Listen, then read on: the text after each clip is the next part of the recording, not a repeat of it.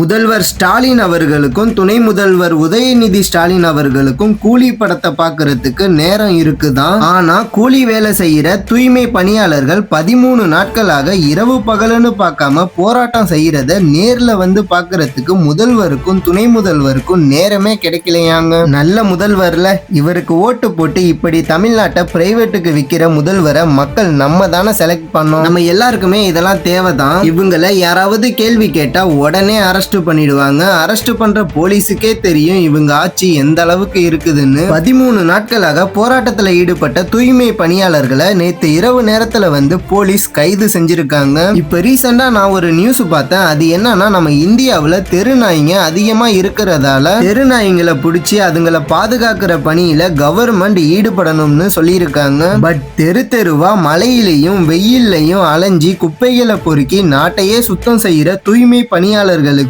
ஒருத்தனும் பாதுகாக்க முன் வரல. தூய்மை பணியாளர்கள் நாயை விட கேவலமா போயிட்டாங்களா ஸ்டாலின் சார்? ஆட்சிக்கு வரத்துக்கு முன்னாடி நீங்க ஒரு வார்த்தை சொன்னீங்க, எல்லாருக்குமே கான்ட்ராக்ட் அடிப்படையில் பணி நியமனம் செய்யப்பட்டதுனால தான் இந்த வேலையும் உறுதி செய்யப்பட முடியாத ஒரு சூழ்நிலை. நான் சொல்றேன், உங்க வேலை திரும்ப கிடைப்பதற்கான நடவடிக்கை உடனடியாக திமுக ஆட்சி அமைஞ்ச உடனே உறுதியா. தூய்மை பணியாளர்கள் தான் சென்னையோட அன்னை தாய் அப்படின்னு நான் பல நேரங்களில் பெருமையாக குறிப்பிட்டது உண்டு. இதுக்கெல்லாம் பேர் எனக்கு தெரியுமா?